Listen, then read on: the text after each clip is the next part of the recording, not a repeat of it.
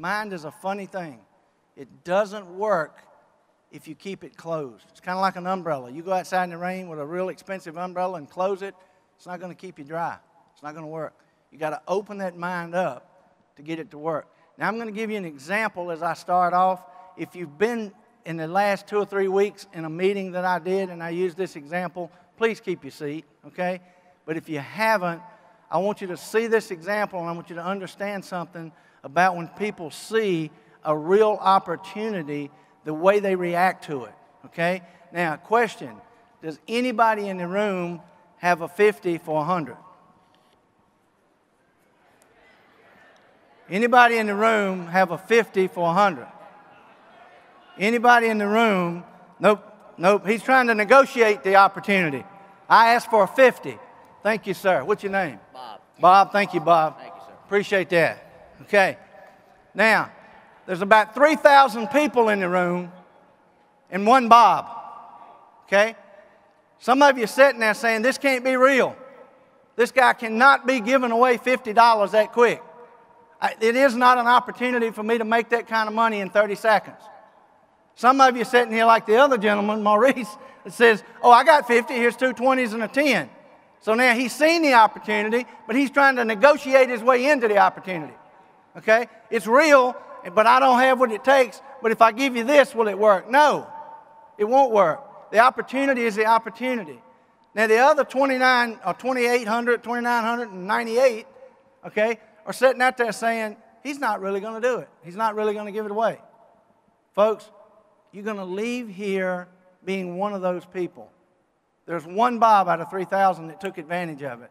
I hope and pray for your sake there's a lot more than one Bobs that leave here taking advantage of this opportunity this weekend. Don't let it go by that quick, because it will. Okay? Now, Andy asked me to talk about mindset. And folks, I started off with it, and I'll say it again. Mindset is a funny thing. Okay? Now, when I put this up here, there's some things that have to take place if you're going to change your mindset. And I've studied successful people now for over 30 years. And when I say successful people, I'm not just speaking of money. I'm talking about successful people in every aspect of their life, from spiritual, physical, mental, financial, all of it. Very successful people. And I found that they had 4 things in common, obviously, once they got their mindset right. The first thing that has to happen is passion. Now, folks, when I say passion, it's the same thing that Andy says when he says why. Okay? You've got to determine your why. I'm going to let you in on a little secret. Today, right now, June the 14th, 2012, you are a direct result of your efforts in your life at this time. You've got to take responsibility for that. It's time to stop blaming other people, society, race, creed, color, mom, dad, all of that. You're going to have to throw it out the window. You're where you're at because of you, and it's the 6 inches between your ears that got you there. If you're happy with it, God bless you. But if you were happy with it, it's a beautiful day and we're in Las Vegas, you probably could find something better to do than sit here and listen to us. So I don't think you're happy with it. And here's what I want you to understand. You've got to get passionate about something that drives you. You've got to figure out a way. You don't have to. Folks, you can leave here this weekend and go back home and do the same things you've always done. But that's the definition of insanity. Doing the same things you've always done and expect different results, it won't happen. Nothing changes till something changes. So when you figure out how to get passionate about something, you're not going to get passionate about electricity. You're not going to get passionate about Momentis. You're not going to get passionate about Andy. And Andy making a lot of money, or Marty, or Tim, or whoever. That's great to clap for other people. But folks, what about you and your family? What gets you up early and what keeps you up late? See, you've got to define that. You've got to figure that out. You've got to decide what drives you in life. That's your passion. That's your why. See, it has to be something that you're willing to give up everything and you're willing to fight for and put everything into it and literally ask for nothing in return? Have you ever felt that way about anything? Again, it's not going to be about Momentis. You've heard the people talking about it. It's not the fact that Momentis. Earl just said his network marketing company did charities and built schools and built churches and did all of these things. See, what drives you? What's your passion? What's your why? It's got to be more than money. It's got to be more than a job. He said it earlier. Job's a journey on to broke, just over broke. Okay? You will find out that, as I said earlier, life will come knocking. All right? Folks, that job, no offense to anybody's job. I'm not up here to offend anybody. I'm up here to try to get through to you people. Okay? Bottom line, that job is something that you're going to work all your life. Then you're going to retire, and you're going to try to live on a third of what you couldn't make it on to begin with, and usually have to go back to work and work till you pass away. Have you ever known anybody that's had to do that? Have you ever seen that happen where you're at? So again, I'm not knocking your job. Don't misunderstand me. You're fortunate in today's economy to have one, all right? But it's not going to provide you the lifestyle that these people up here behind me a while ago were talking about. It's not going to get you to where you want to be and the things that you want to do for other people. So you've got to figure out your why. You've got to figure out a way to get the business inside of you instead of you being inside of the business. You know, when they talk about me and say, why is he up here? Why does he do this? If he's got all this money, and a lot of people are skeptical, say, he ain't got no money. He's broke like the rest of us, so he wouldn't be here. Okay? That's okay. You can believe what you want to. All right? I know the real deal. But I know why I'm here, and it's not about the money. It's about what you can do for money. I'm like Earl. I've built churches. I've did this. I've did charity work, all of this stuff. Been there, done that, okay? But I'm telling you, folks, it's about laying your head down on the pillow at night and not have to worry about anything, being carefree, not have to worry about getting up the next day and where your money's going to come to pay your bills and this, that, and the other. When your children come to you or your grandchildren come to you and there's situations that arise and that life knocks at your door, you don't have to make decisions based on your wallet. See, what would you give? What would you give up? What would you work for? What would you sacrifice for to have that feeling? I don't know how to get that feeling inside of people's head. I don't know how to explain that to people. Now, when I'm standing up here and they talk about me, that's great. But what did Earl say about telling the other side of the story for Antoine? Folks, I don't have but about 30 minutes, so I don't have time to tell you my story. But I can tell you this much. I did grow up poorer than Antoine.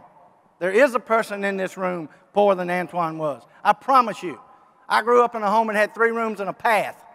That simply means there was no bath. We had to go outside to the bathroom.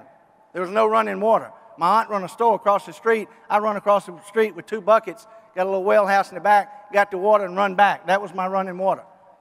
Okay? You run, get it, you run back with it. That was it. Yeah, it's funny now. It won't funny then, I promise you. I'm a pretty good sized fella. You ever try to take a bath in a little wash tub? A little wash pan? It don't work, I promise you. All right? But that was my lifestyle, folks. I didn't have any education. Nobody was knocking on my door. Nobody was saying he's going to be the next guy to do this, and run a company and be a CEO and do all of that. It wasn't happening. I wound up in a dead-end job, and I started looking around at that job, and I started seeing people just like me, and I seen those people retiring, and then I'd see them pumping gas. Then I'd see them working at Walmart. Then I'd see them, and I'm like, I don't want that to happen to me. Then I seen them walking out of there retired on disability from the tire machine, just taking everything away from them. Okay? And I said, I don't want that to happen. But looking like I look, talking like I talk, no education, nobody was knocking on my door. So just like Earl, I started in another company. And I started building that company. That one didn't work. That one didn't work. But I learned so much in that business about the things that I'm talking to you about right now. Okay? And bottom line, folks, the more I learn, and as Earl said earlier, the smarter we get about those kind of things, we apply those principles to the next opportunity that comes along. And it finally worked. Okay, and we finally got somewhere. We finally made some money. We made some decisions. All of that's history. Now we're here. Figure out what drives you every single day of your life. You're grown adult people. Your upline's responsibility is not to call you every day and ask you to go to work, to get you out and get you somewhere, to beg you to do this and do that and do the other. It's for you and your family. As good as Tim Sparkman is, he don't call me every day and ask me to get up out of bed. When he calls me, I'm up, and he knows it, okay? So it is what it is, folks. Only then can you get the second step, which is commitment. Commitment is a major, major difference than involvement, okay? So many people get involved in businesses. So many people get involved in civic organizations. So many people get involved in churches, whatever. But they never truly jump in. They never truly get in there and just give it all they got. How many in the room, I'll give you an example. How many in the room learned how to swim in your life? Did you learn how to swim putting your toe in the water? Nope. You jumped your big butt over in the pool, didn't you? That's called commitment. That's called all or nothing. You're in the pool, you're going to swim or you're going to drown. You've got to understand that. The example that I always give people, I know the people on the front rows already heard it, but that's okay. There's people in the back, I can see it in their eyes, they hadn't heard it. Difference in commitment and involvement. When you sit down tomorrow and eat your breakfast, just know this: bacon and eggs, ham and eggs, sausage and eggs. The chicken that provided the eggs was involved in your breakfast. The hog that provided the ham was committed. All or nothing. There's a difference in commitment and involvement. The question for you to ask yourself, folks, is when's the last time you committed to anything? That's a pretty powerful question. You don't have to answer it to me. You don't have to answer it to anybody, but ask yourself, when's the last time you did that? Because without commitment here, folks, it will not work. I could give you, and again, my time is running, I could give you people in sports. I could talk about Michael Jordan. Anybody ever watch that man play basketball? I was telling somebody the other day, I promise you, I don't care who you like, who you dislike, what team it is. I'm not up here for all that, okay? I'm just saying, in my opinion, I don't think there'll ever be another one that good. I don't think it's physically possible. I got a basketball court in my house, and I promise you, from here, the free throw line to the goal post, I can't hardly walk over there. To jump from there and dunk a basketball, you can't physically do that, people, and he can do it, or could do it, okay? I've seen him get up off the bench with the flu. Most of us can't get up off the chair with the flu.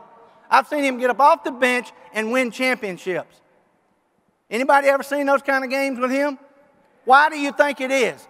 It was his passion. It was the love of the game. It was understanding that he was leading that team, and you could read his lips on TV. Put me in, coach. We're losing. Put me in. The team needs me. You can't even stand up. Put me in. I'll make it. Just the presence of him being on the court, they won the game. Because it gave everybody else the encouragement and the strength that they needed to do what they needed to do. Folks, that's your TPC members. That's you to the people when you go back home.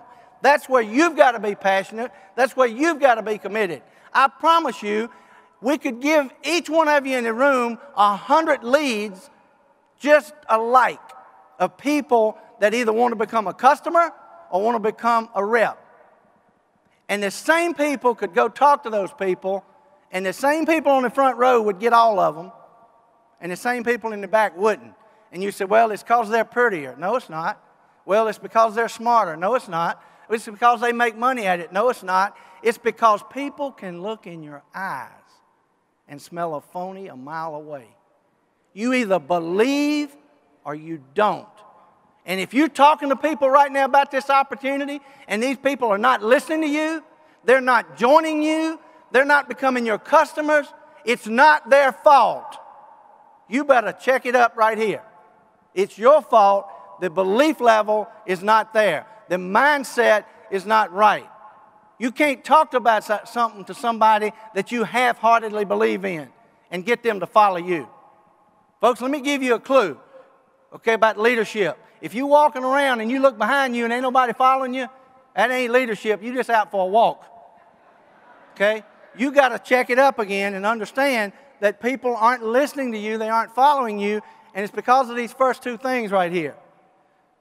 Number 3, and that's going to kill half the room, if not more, coachability.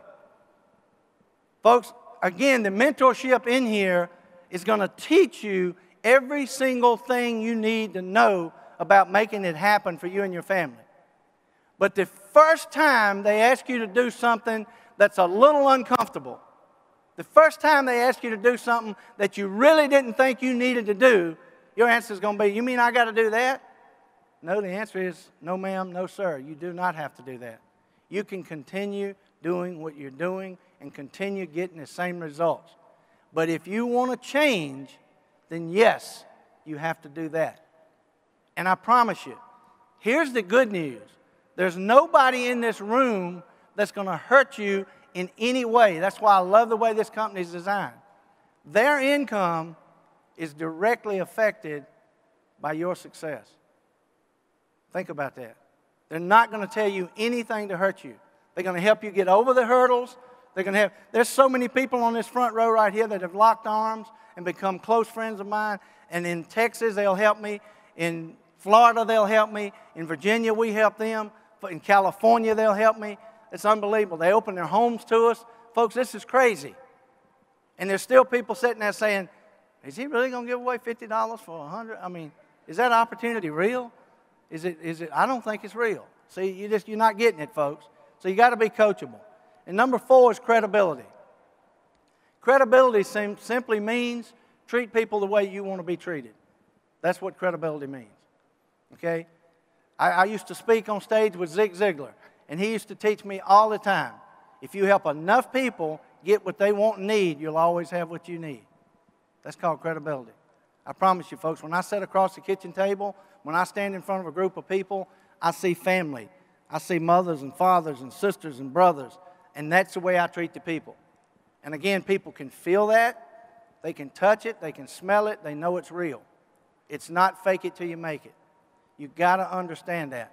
Those 4 things right there will change your life tremendously, from your life to your business, completely, if you'll follow them. Okay? Now, in building techniques, folks, your first responsibility, and I know the front row understands this, but we've got people second, third, fourth row, all the way back that are starting to build. And we built a pretty large organization, and I sat in a room one night, Tim, dark, turned the light on, sat at a desk. I was in Texas, as a matter of fact, Houston, Texas. And I was waiting on a guy to come pick me up to go do a meeting, similar to this meeting. And I started sitting down saying, why was I successful in that particular business and all my frontline buddies were not? What was going on? What did I do different? And I pinned this. I put it down. Your responsibility is to create a positive environment. Anybody agree we're in a positive environment right now? Thank you, Andy. Thank you, Mike. They created a positive environment. Okay? When you go home, you're the Andy. You're the Tim. You're the Mike. You're the one's got to create the positive environment. Okay? Understand that? Underneath that, understand this. People want to be a part of something bigger than they are. Anybody agree with that? They definitely want to be a part of something a lot bigger than they are. That's your responsibility to create that and put that together. Yes, Momentis is here. Yes, it's bigger than a bread box. But when you go back to your city, your town, your environment, you are Momentis. That's the whole deal behind this, folks. You're the one making the decisions. You're the one doing the meetings. B, people want to feel special. They taught me years ago, Reggie, years ago, to look at people and see a flashing sign on their forehead that says, make me feel special today. If you can remember that, folks, it's going to take you a long way. Okay? It's going to carry you a long way. People get beat up and lied to and cheated on, and in business and in jobs and this, they get passed over for promotions. Everything you can think of happens to them. And then all of a sudden, you look at them and you put them down too, it ain't going to work. Make them feel special.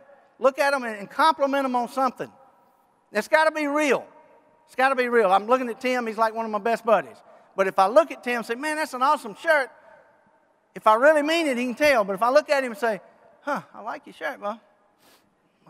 Where you get that at? Okay, I mean, y'all can tell my facial expressions that I don't like his shirt. And he can too. So it's not fake it. It's real. So if I don't like, I do like his shirt, okay? But if I don't like his shirt, I'm going to talk about his shoes. If I don't like his shoes, I'm going to talk about his watch. I'm going to look around till I find something that I like, and I'm going to compliment him on it. Right, Kenny? Don't say, whew, that's a nice looking shirt. Man, look away. He knows you ain't real. That's it. You're just lost.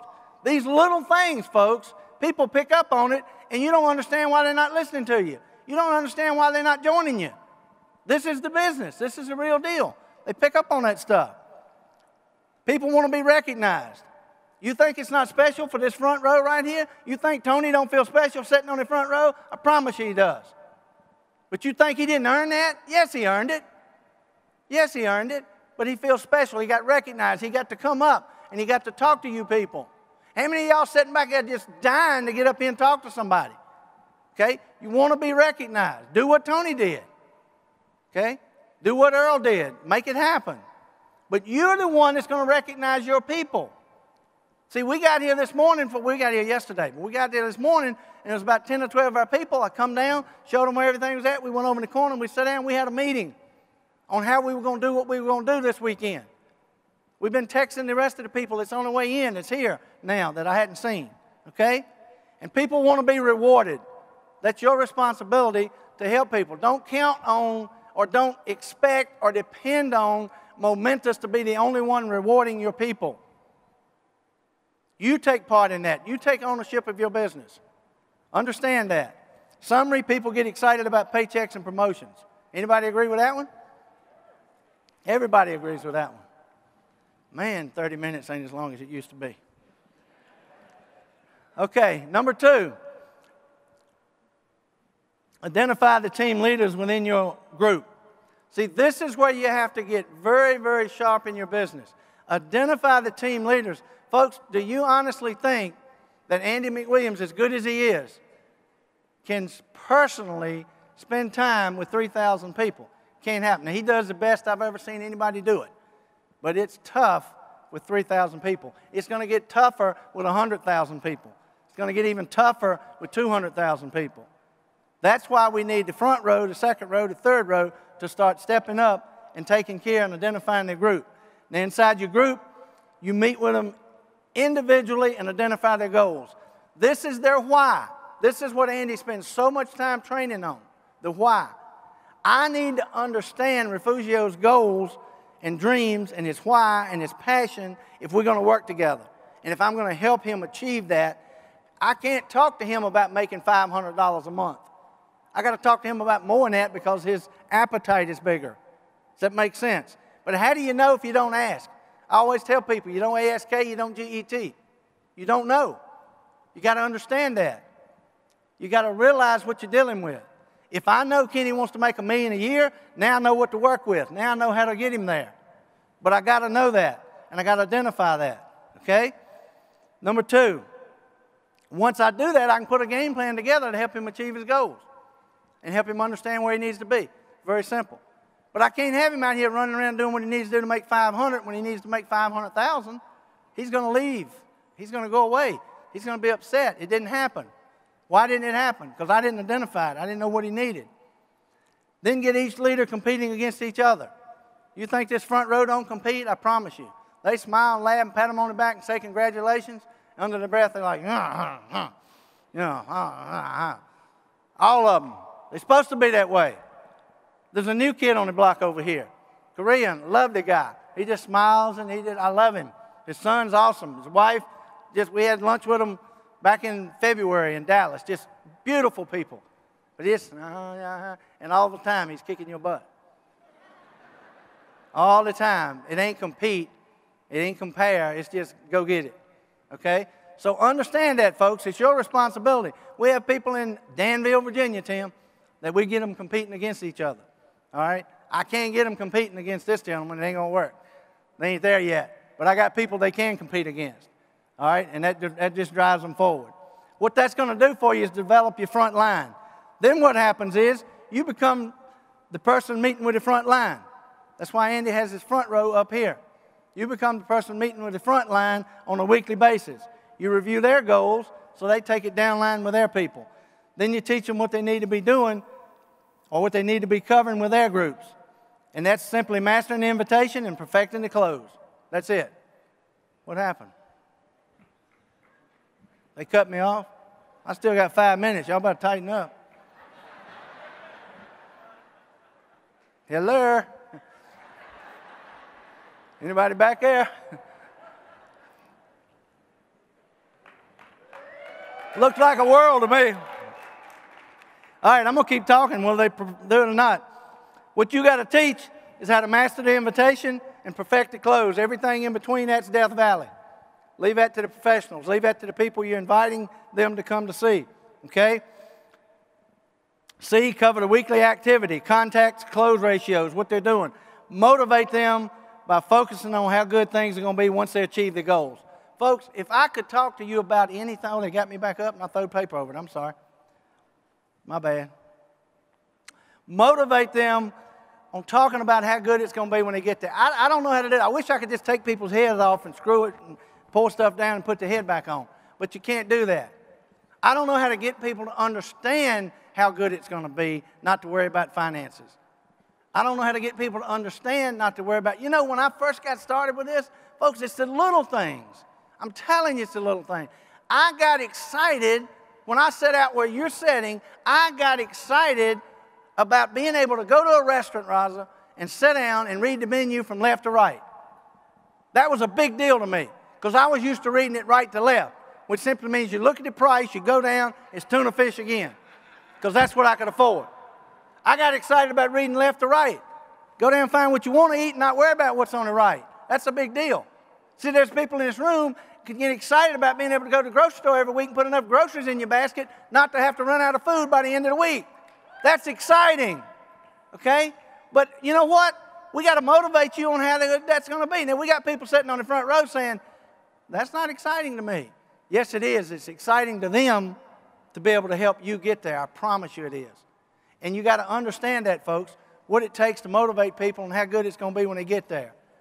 Now, very quickly, they turned that thing back on, turned the clock down too.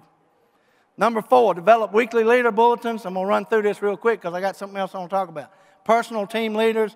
Number 5, keep them shooting for the next level. Brag on the leader sheets. Be sure to identify everybody on your team that hits your goal. Folks, I got to slow down on that one. That's important. If you got people to come into your weekly meetings, please, please, please, please listen to me. Don't just find a Tim Sparkman and talk about him all the time and put him up in front of people and they just got to see him until they get sick of him. You ever been to meetings like that? Okay? And you're just sitting there feeling like you're nobody? I promise you. Yeah, I'm going to talk about Tim. He's the man. But I'm also going to talk about Cammie sitting right beside of him that every single week hits her goals. Her goal might not be but one thing, but she hits her goals. And I'm going to make her feel special. And I'm going to let her know in front of everybody that I'm proud of her for hitting her goals. And if you want to know how to hit goals, she's the one to go talk to. And bottom line, at the break, people come to her, how do you hit your goal every week? They don't know she don't just do but one thing. It don't matter. The principle of hitting goals is the same, regardless if yours is up here or down here. If she knows how to hit them, she can teach you how to hit them. And take some of the pressure off of me, and you're talking to her. Right, Antoine? And she's teaching you what you need to know. And she feels special, and she keeps coming back to the meetings, and all of a sudden, she finds Antoine. But if you do it the other way, she runs away because you didn't make her feel special. She's just lost in the crowd. All right, that's very important. Show them standings for company contests. There's probably people in the room don't even know we got contests going on. Shame on you, leaders. Determine what it takes to get to the next level. And number 6 is the most important one on the page out of all 3 pages. Whether it's this company or any other company, you get 1 through 5 right and then stop and think you've arrived? No, ma'am, no, sir. You got to develop that group of individuals and do step 1 through 5 again. Over and over and over and over. Am I right, Refugio? That's what it takes. You can't stop at the first one. You can't stop at the second one. You go wide, they'll go deep. I promise you. Okay? But you do it over and over and over again. Now, oh, Lord, 30 seconds. Told you 30 minutes ain't what it used to be. Okay, ain't no need to get started on that. I'm just going to close with this, folks. Bottom line, I started with mindset, and I'm going to end with mindset. Listen to me in the little bit of time I got left. Right here is what we've got to work on.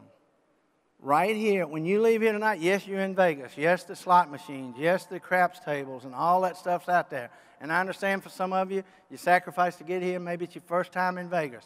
I got it, okay? But I'm telling you, Andy said something up here earlier. There's a way to be in Vegas, and there's a way to be in Vegas. You know, the guy he was talking about sitting there with $25,000 chips, not even blinking? Okay, that's Vegas, okay? Sitting there with that last $200 you got in your pocket trying to turn it into $1 million, you going home broke. I'm going to save you a lot of heartache. You going home broke, it ain't going to work for you because I've been there, done that, and got the T-shirt, okay? Just keep your $200, get on the phone, call somebody and get them here tomorrow, okay? Call somebody and talk to them about the business. Call somebody and get a jump on everybody in this room and talk to them about all the announcements. Do you realize that one announcement we got, just I know for me, Scott, for you, it just changed Danville. We now have a product other than M-Mobile, okay? Nothing wrong with M-Mobile. No offense if you happen to be the one on that, all right? But we now have a product that we can sit down and talk to people about. Now we can get people qualified and we can get paid. If you ain't figured that out yet, folks, that's going to mean a whole lot more to you than that craps table, I promise you. That's going to be money in your pocket, not money out of your pocket. $50 you just made, sir, take it home with you. Don't leave it here, okay? Thank you.